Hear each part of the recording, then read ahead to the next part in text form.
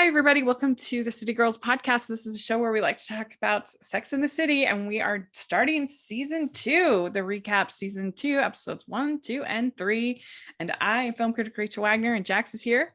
Hi, we did it, Rachel, and made to season 2. Yeah, it went by so fast. I can't even believe it. It really did. And I like that there's still like that Samantha's relationship that she was dealing with at the end of season 1 that's crossed over into season 2. It feels like it's a fresh start, but also the storylines have continued in a way that feels really organic. Yeah, I think so. And we get to really know Carrie in these 3 episodes in a way that we hadn't in season 1. Yeah. Yeah. So the first episode is called Take Me Out to the Ball Games. And in this episode, Carrie starts to date a pitcher for the Yankees, new pitcher named Joe. And that is definitely something that makes Big jealous. But she's also trying not to run into Big very much. So yeah, she ends up like phantom Bigs everywhere. Yeah. And Charlotte is dating this jazz guy who's super into jazz, and that also doesn't have good self-control. Should we say that? Yeah, that's a good way. That's a good way to. He's always scratching his package. Yes, and Miranda, she actually had a really, really tough breakup, and that's part of what made her kind of a little bit bitter, and she ends up running into him, and that kind of throws her. So that's the basic plot. But what did you think about this premiere overall? So I was pleasantly surprised because I had forgotten that Sam is still dating the guy from last season. And when they're at the baseball game and they're holding up the little hot dogs and everything, I mean, we're still going with this small wiener joke, but it's funny. Samantha's really trying to make it work. I think this was a fun episode for me. Getting to see Carrie be out in the city, dating a Yankee, doing all these things that should make her happy and be really exciting, yet she still can't get Big off of her mind. Yeah. I do think that the Samantha thing does not hold up very well. Not the relationship part, but the fact that she's just like staring at the men in the locker room for so long. And finally the guy's like, can I help you? What's going on? And I feel like if you had that reversed even back then, and it was a guy doing that to a woman's locker room, it would be super creepy and weird. And so that part of it, I don't think holds up at all. Yes. And even the way the guy plays it, it's not like he's this sexy where he's like, yeah, can I help you? Like he's into it. Like, of course he's understandably freaked out. Like, what is she doing? Yeah, agreed. It definitely felt a little bit creepy. Well, a big theme of this episode is, what are the breakup rules? So Charlotte claims that you have to spend half the time that you were with somebody to grieving over the relationship. So if it's a like 4-month relationship, then you're going to spend 2 months feeling sad. Obviously, this is like a major problem if you really hold to this and you say been in a 20-year marriage and then get divorced. You can't spend 10 years of your life feeling sad. So I think that maybe this works in small doses. Yeah, great. Let's not, I remember this is another one of those things too that you can't tell. That was something I had heard sort of in the zeitgeist of the breakup rules like this, and it takes half the length of time.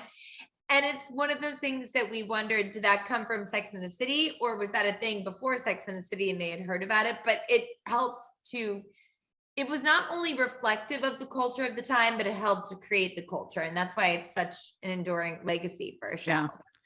One thing that is just sticks out so much now is that you have all 4 women wearing furs in this episode. You would never see that in a million years now. Never. No. And Carrie smoking at the baseball game. That's another thing. I had that written down too. Yeah. That would never happen now. I mean, just to how much Carrie smokes, it has been kind of a shocking reveal of watching these early seasons. I feel like now that would be like her drinking a latte. You know what I mean? Like, I feel like that's what I would see people carrying around in New York. Like, I think the way people used to walk through the streets of New York smoking, now they'll be like carrying their Starbucks cup or whatever. Like, that's, I think, what I've seen that's different. Yeah, you don't see that anymore. I mean, occasionally you have characters smoking. I remember How I Met Your Mother did an episode called, it was my last cigarette or something like that. It was called that, where they basically, where older Ted admits to the kids he's talking to that they all smoked at various points. And every time they say it, he's like, and Lily's what? Like the kids, he's telling the story to, the kids are shocked. And so I feel like that's kind of more where you'd see it now. And it would definitely be more like odd, unusual, surprising kind of a thing. Yeah, it's a plot point rather than just like a behavior that they're doing. Right. That's true. Yeah. And especially in like a public place, like a baseball stadium. I mean, you literally can't do it now, but the fact that they would show it is just really different, very different. And it's amazing how something can change because it's not that old, the show. I mean, I guess it's over 20 years old, but still that's not that long. And to think that something has so fundamentally changed is very interesting to me. Yeah. That even seeing it is so jarring. Mm-hmm. It is. Oh, we're not used to this. Yeah. Yeah. And they're at the game and Carrie catches the fly ball from Joe. And that was really cool. It was cute because she doesn't care at all, about baseball. And I can't even remember why exactly they decide to go to the game. But anyway, Joe Starr is the hunky baseball player and he's the new Yankee. Yeah. So. And he's pretty famous in the paper with Carrie, big sees it. Mm-hmm. Yeah. This is in the gossips. And Joe is played by Mark Devine is the name of the actor. It sounds like interesting. Let's see, what's the last thing he did? Yeah, he was handsome. I could believe that he was a baseball player. Yes. I mean, I know nothing about baseball. Very little about baseball. Most of what I know about baseball, I know from watching movies about baseball rather than watching baseball. Although growing up in Maryland, they have a great stadium called Camden Yards, and we would occasionally go to an Orioles game. And I do think that baseball is way more fun to watch in person. Most sports are way more fun in person because there's like just the whole, you can get food and you can talk and I don't know, just way more fun than watching on television.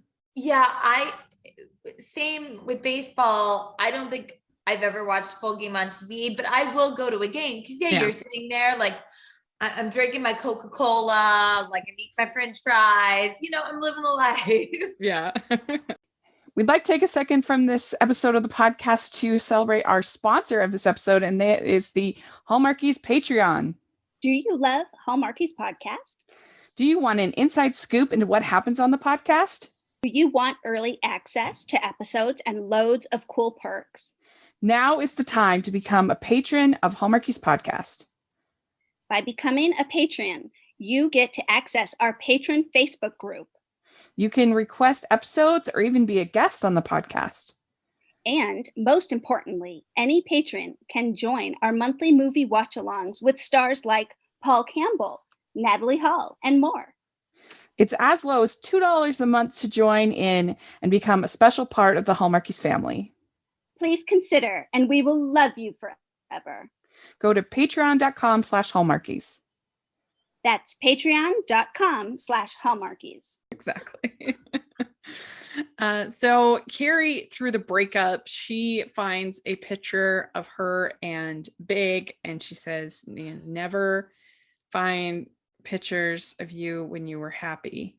That's always rough. And I've never been through a breakup myself, but I've helped many a friend through a breakup. And I remember one of my friends in college, we did the whole cut up the pictures and then we drove around. I've never done that iconic thing. I think that's so cool. Yeah, I did it with a friend. We cut up because that was a relationship. Oh my, she went through, it was back and forth, drama. So then when it was finally over, and now she's happily married many years to someone else. But anyway, we went around and yeah, we were flinging the pictures. I mean, this is in some ways harder and easier now because you don't have printed pictures. I mean, I was thinking about the other day that unless I'm framing it for something, I never print pictures. Ever. Yeah, I feel like I should more. Wait, can I ask you a question about that? About your friend? How did you know that it was the last time that they were breaking up that you could cut up the pictures if they were back and forth so much? Because I'd be nervous. Yeah, that's true. You just knew? Yeah, I don't remember, but I think I was hopeful, maybe hopeful. Yes. That she was at the spot where she's cutting up the pictures. You're like, good, I'm gonna encourage this. Yeah, exactly. But yeah, I just never print pictures anymore. And I actually thought of that with one movie that I love is Dawn of the Planet of the Apes, the second one. Yeah. It's by far the best of the three, in my opinion. And one of the plot lines in that movie is that so they have very limited power in the place where they're at. And Gary Oldman is kind of the head of the humans. And he lost his children and his wife to this virus, that killed so many people. And because they don't have power, all his pictures were on electronic medium, right? And so he hasn't seen his pictures of his children for so long time. And then at a certain point in the movie, they get power back and he sees the pictures of his children and you just die because it's so sad. But it was so moving and it made me think like, I don't have any printed pictures, hardly at all. If there was a long power outage of some kind, I would have nothing. And that was very eye-opening to me. So I don't know, it's just something that's just so different about us now compared to then. And so I think, yeah, and we don't have those tangible things that like, even when I find pictures from high school from like disposable cameras, it's sweet to find those things and pictures that you forgot you took, and we don't have that now. Yeah. So in some ways I feel like it's easier now because we don't have those things lying around the house, or we won't stumble in like she does with this picture. But on the other hand, we have it way worse with social media. We can constantly see what everybody else is doing. If you broke up with somebody, it would be brutal, I think, now, because you would know, first of all, who the other person is seeing, what they're doing. You would know every aspect of their life. And that would be so hard. So it's like way worse now.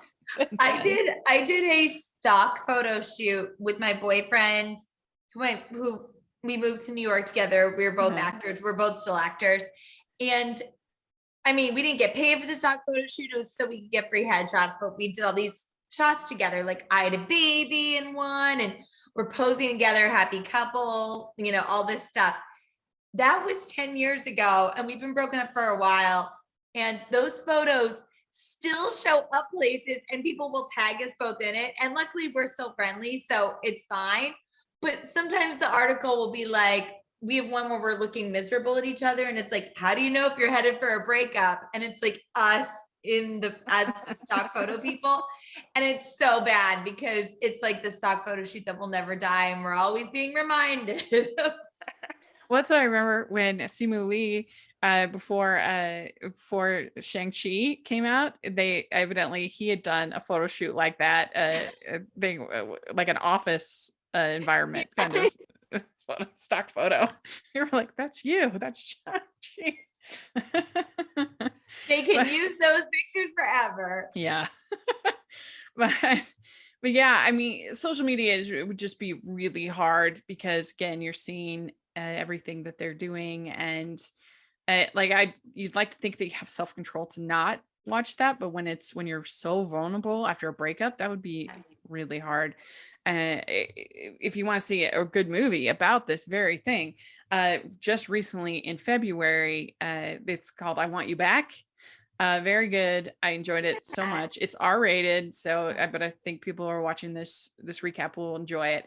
It was really good. Jenny Slate and Charlie Day, they get broken up with, and they become sadness sisters because they work in the same building, and they decide that they're going to try to break up the new relationships that their exes are in, and try to get back together and help each other. And a lot of it is this, sort of social media and seeing what the others are doing and everything. And I don't know, I found it really genuinely funny. I was laughing from pretty much beginning to end, and I thought all the performance was good. It was very sweet. It's definitely, like I said, R-rated, but I recommend it. It came out the same week as Marry Me, and I prefer it over Marry Really? Me. Yeah. I like both, but I love Jenny Slade. Yeah. Oh yeah. You definitely like it then if you like her. She's really good. She's so funny. And I, Charlie Day can be so funny, but sometimes his sort of like crazy person shit can be a little much, but he reins it in. He's really good in the movie. So if you kind of want a modern take on this sort of seeing pictures of your ex and stuff like that, then I think that's a really good one to watch. I love that. Yeah. And so anyway, they have the Dolce and Gabbana party that they go to, and I guess because Carrie's a columnist, she's why she would be invited to this, I guess. They just seem like they get invited to all these fabulous events because I do think they're like society people, Yeah. I mean, I guess when they couldn't get into that restaurant, remember Samantha saying, and she definitely is on that list, I love that. I'm kind of somebody, and she's definitely kind of somebody. Oh, did you think it was funny that the pictures of her with Joe, they describe her as the sexpert? Yes. That was funny. Chef's kiss. That was great. And they would like the gossip columns, like that would be exactly how they would describe her. Mm-hmm. Yeah. And so then I thought it was kind of funny that Miranda has a Palm Pilot. That took me back. Blast pass there. Yeah. It's like cigarettes and Palm Pilots. Where'd you go? At first. Yeah. First, yeah. Yeah. And then so Charlotte gives her guy a pair of underwear, and he kind of freaks out. He doesn't like it. Yeah, he thought she was moving too fast, which that's not what she was trying to do. She was obviously trying to, get him to stop playing with this downstairs. I mean, that's embarrassing for him. Like in public, it's not like they're watching TV and he's doing it, whatever. It's like he's at a full public event with many other people. Stop touching your crotch. Yeah, I have never heard of anybody doing this. Maybe they just don't do it around me. Thank goodness. I'm in the same boat. I don't know anyone who's done this. Yeah. But if you guys know, let us know. Write to us. Do you know people who do this in public? Because Rachel and I have not experienced it, clearly. Yeah. So then when Miranda runs into the old flame, she's more sympathetic to Carrie, and she says, I forgot how hard it is. You just take all the time you need. That was a really sweet friendship moment for them. That was sweet. And Carrie says, you'll never get through a breakup without your friends. So that was very nice. A good start to the season, I would say. Yeah, it was. except for the Samantha part. That was the only part I didn't love. So, I mean, I would say this, I would give it like a 7. What do you think? Yeah. Yeah. I think that it was like you said, it's a good start to the season, but usually I feel like seasons find their way and ramp up. So yeah, I would give it a 7 too. We'd like to take a second and thank our sponsor for this episode of the podcast. It's the Hallmarkies merch store. Are you looking for that perfect gift for the postable, Hardy, or Hallmarky in your life? What about getting that t-shirt or hoodie that will help you stand out at your next holiday party? Now is the time to check out the Hallmarkies merch store. Full of festive designs by artists like Jessica Miller, Carrie from Hallmark Comics, and more. You can even have more than just shirts, but totes, cell phone cases, notebooks, mugs, and more. And it isn't just Hallmark. We have designs for Anna Green Gables, Man from Snowy River, The Nanny, and more. Every purchase at the merch store goes to help support the podcast and allows us to make the great content you know and love. There are frequent sales, so go to tpublic.com/stores/Hallmarkies or see the link in the description. That's tpublic.com/stores/Hallmarkies. So then we have episode 2, The Awful Truth. And in this one, we have Susan-Sharon. And this episode did not hold up at all. I don't know how you felt, but Yeah. Yeah. It was again, this is one of those that was like actively upsetting to watch the way he yelled at her. And Yeah. I'm someone that I get how they talk about fighting can be a kind of foreplay for people, but this was just straight up emotional abuse. It was not this banter Like, back and forth.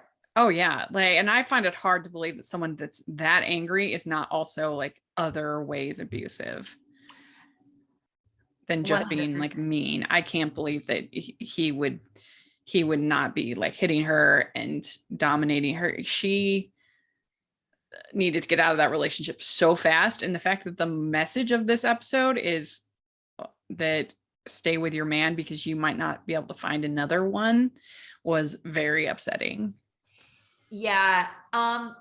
It's even the way that so like when he comes in the room and he yells at her when she's like making a lot of noise with Carrie, like I've actually never been, I'm a yeller and I have yelled at my partners, but I've never been in a relationship where that was really reciprocated. I guess I just yell at guys and they don't yell back at me, but I wouldn't even be that troubled if it would have been an actual fight that we were seeing and all this passion, but he just came in and as you said, Rachel, like the way he yelled at her made me think he's going to hit her after Carrie leaves. Have you ever seen that ice cream ad where the couple, they're like Italian and they're fighting and it escalates more and more and more and they're eating ice cream and everything?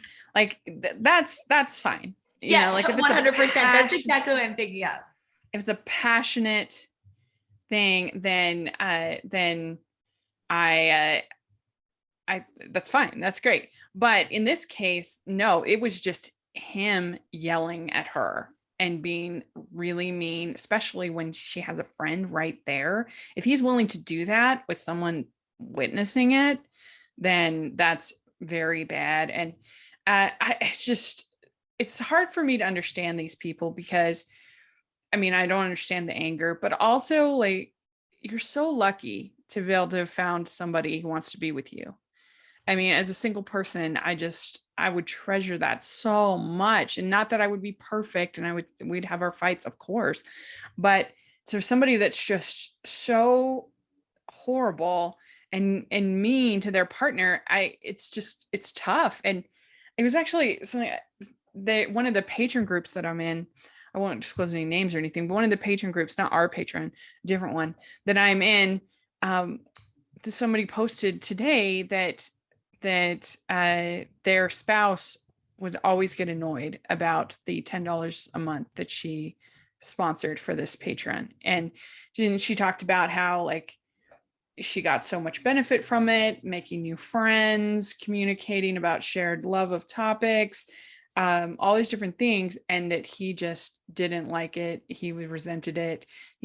So she was writing to announce that she was finally not going to be a patron anymore. And I was just like, that's so sad to me because I just can't understand if you're lucky enough to, again, have a partner, have a spouse, if something's giving her joy and it's $10 freaking dollars a month, how could you not support that? That just So makes me so sad. Well, yeah, and then it's like you really fail, and maybe not just the money, but like maybe he has some sort of like twisted jealousy that she's finding so much pleasure in something else, and that makes me sad too. Like that whole situation is just, yeah, it's really, really upsetting. Yeah. And so I felt that with this as well, that, I mean, and it was just so strange to me that the show was advocating her staying with him at every turn. She was Yeah. wrong for leaving him at all. She was wrong for, she was lucky. She was supposed to feel grateful that he took her back. Because there is just no more people in that, if you were so lucky to be able to found somebody, that you should stay with them, which is just crazy. I mean, it's better to be single than to be in an abusive relationship. I mean, there's no question. And it takes a lot of courage to leave a relationship that's abusive, and and that needs to be supported and uplifted by your community, your friends, our society as a whole, and making it easier for people who are in situations like that to do that. That the fact that it was sort of being made light of in this episode, yeah, was extremely difficult to watch. Yeah, several times on my mission, I ended up helping people leave their husbands, which is like Really? random, weird. Yeah.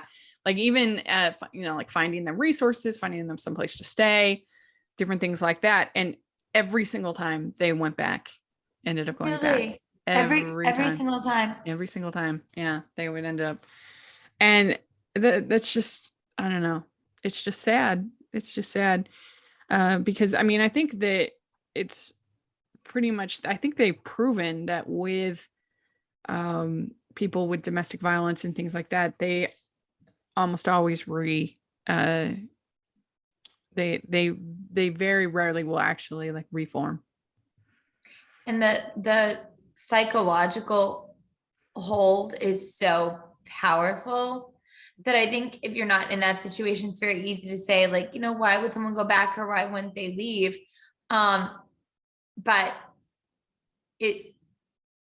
it's just so like, I was watching Evan Rachel Wood speak about it, and she said, as a society, we ask these questions like, why didn't they leave, when really we're not asking the question of like, why didn't the person doing the abuse leave, or why didn't the person stop? And we just don't have enough support for people who are in these horrific situations. And they say that that telling a friend to leave her husband is a no-win situation, and I just don't agree. I don't agree. I think if a friend is complaining about like that her husband's annoying, or like leaves his socks on the floor, normal like stuff like that, it's like, okay, maybe don't get embroiled in that. But if it's something that is detrimental to her physical, mental, or spiritual self, you need to intervene. Yeah. I mean, especially like I said, if he's that mean with people witnessing, it's not good. So we have Big at the party with his date is Mr. Marvelous, which I still don't understand why he has that name, that moniker. I don't understand. He's back and we have questions. Yeah. And Big sends her flowers at one point to carry. And then we also have Charlotte with a new love of her life. It's the dog named Henry. The only thing I didn't like about this plot is I think it makes no sense that she gets rid of the dog. Yeah, he has like one, what do you call it? One episode where he, makes some messes, but she loved that dog. There's no way that she would get rid of it because of one thing. No, and she has a big heart, so she would figure it out. You know what I mean? Yeah. I was yeah. annoyed at Big here about how his secretary had to remind him that it was Carrie's birthday and the whole thing. It's like, it's Yeah. just Big showing that he's big, it's Mhm. big. Right. And then we also have Samantha going with James, that's the guy's name, to the therapist, and she finally admits that he's small. And then he tells her that she's too big down there. And maybe that's part of the problem. The therapist is probably like, this is above my pay grade. Yeah. Yeah. She's just saying, you two are not compatible. let's end this. No. But again, I like the fact that they do show some nuance to Samantha. She's not opposed to relationships. I mean, she says she's opposed to relationships, but then she has some. Yeah. And she's like a real human in these early seasons. So yeah, this one I would give a pretty low score. I think it's the worst episode that we have covered. Yeah, I agree. It didn't age well in a way that wasn't just like, oh, that didn't age well. It was actively upsetting to watch. Yeah. So I mean, I give it like a 5. Yeah. Yeah. All right. Then the Would last not episode. rewatch that one. Yeah. Not gonna rewatch it. All right. So then the last episode we're talking about is called The Freak Show. And this one is all about first dates. The nervousness, the difficulty, and we get that with Charlotte. We get it with Carrie. She's going on a blind date with this indie film producer, and and then Samantha as well. She's considering getting plastic surgery, and so yeah, a lot going on in this episode. What did you think overall of it?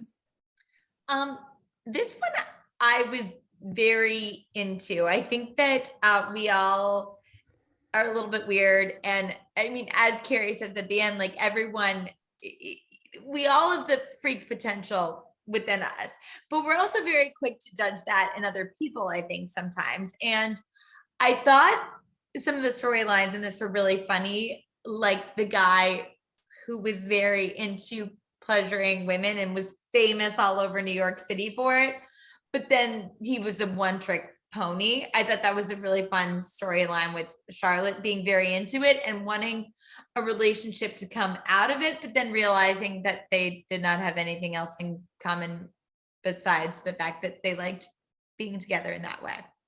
Yeah, it was, I thought a really good line too, that when they say when Charlotte really likes Guy, she says his whole name and helps her imagine their monogram towels. And she does do that. Yeah.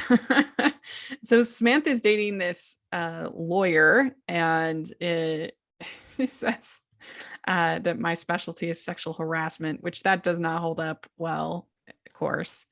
But Samantha didn't believe in the first date, but did believe in sex after it, which is no surprise there. But then also that guy says that Samantha is 40, maybe 41. That's upsetting to her.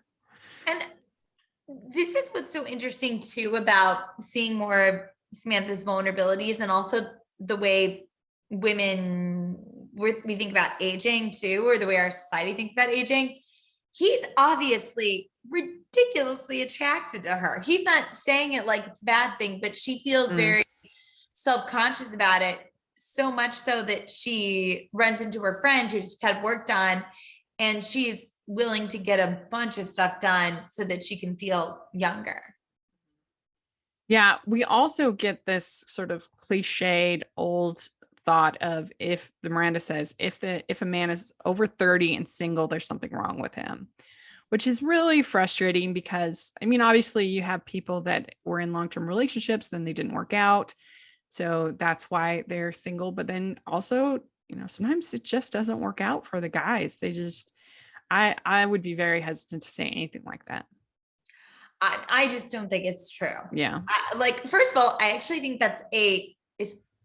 I actually found that line to be super surprising, in the fact that, especially in a city like New York, I'm just surprised that was even in the show, even as a joke or as something that people used to think, because 30 is so young. I think even 20 years ago in New York, I felt like it was very young to be committed to someone.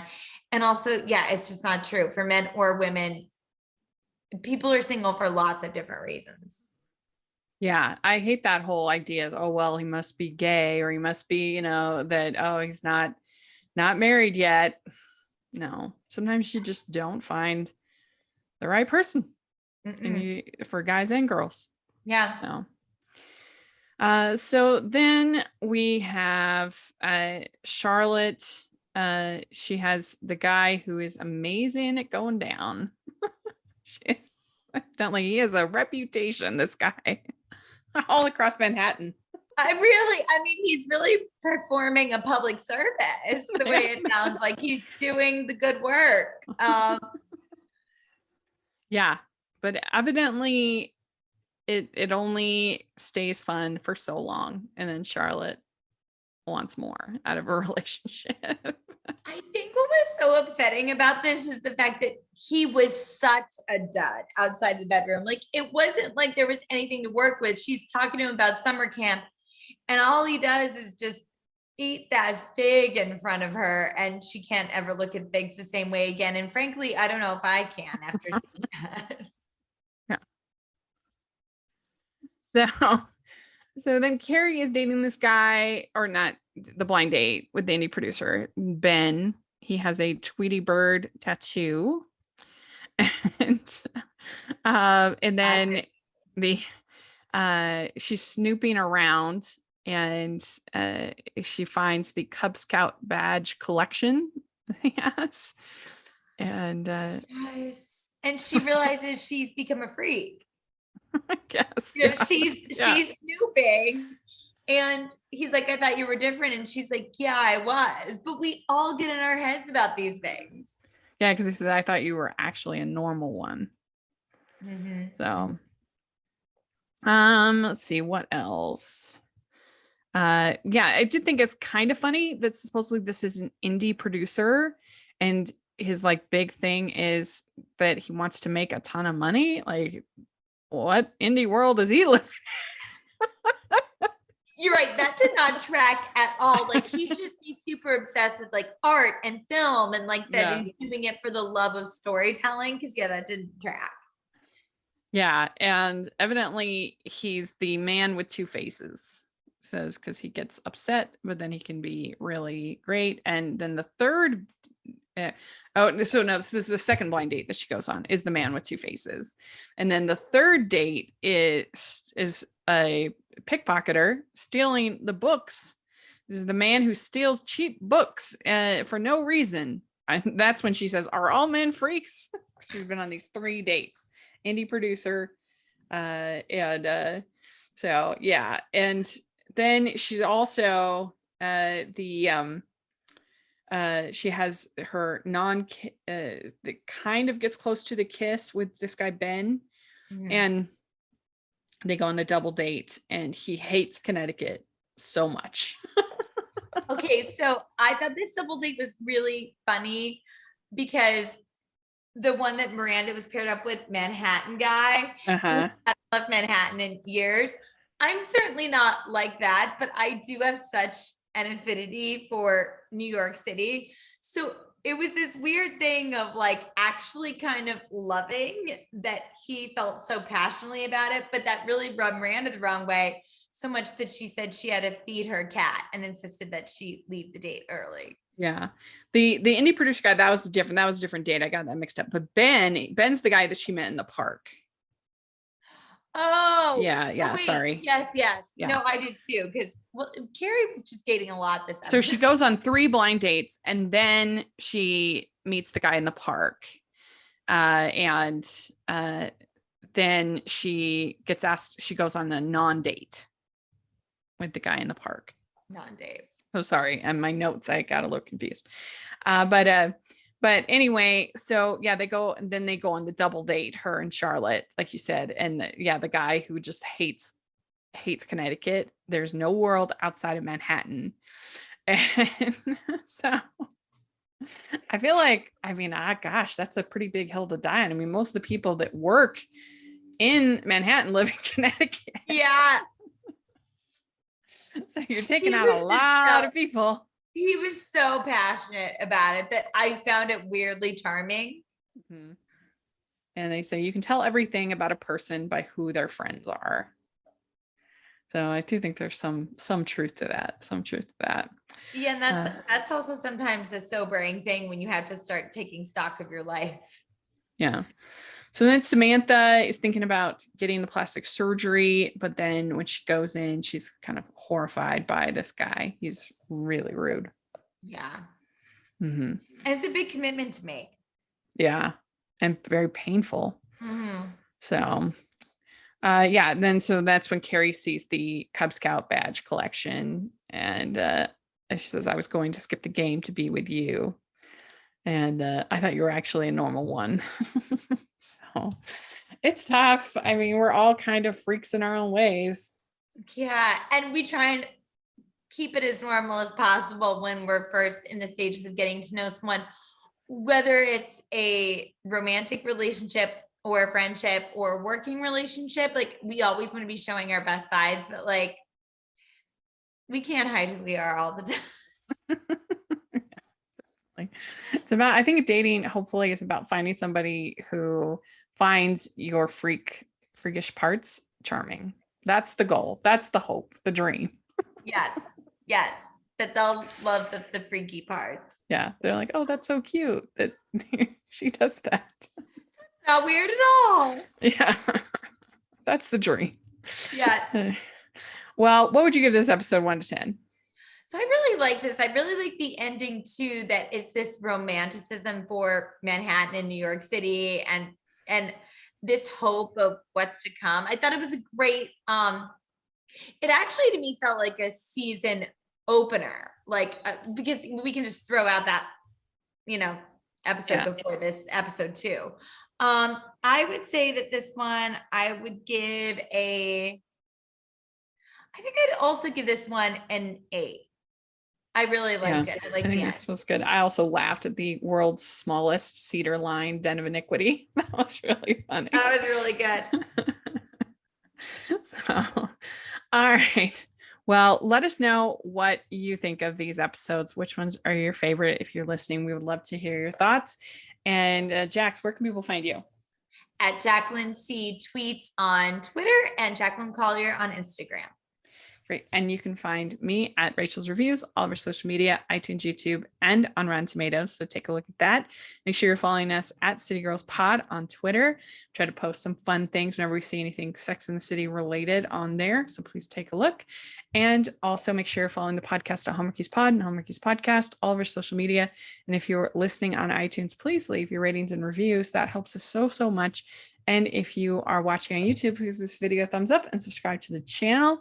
We appreciate that so much. We also have our Patreon group and merch store. And don't let your significant other bully you out of being a patron. No, it's great. That's right. So thanks so much, everybody. And we'll talk again next week. Bye, everyone.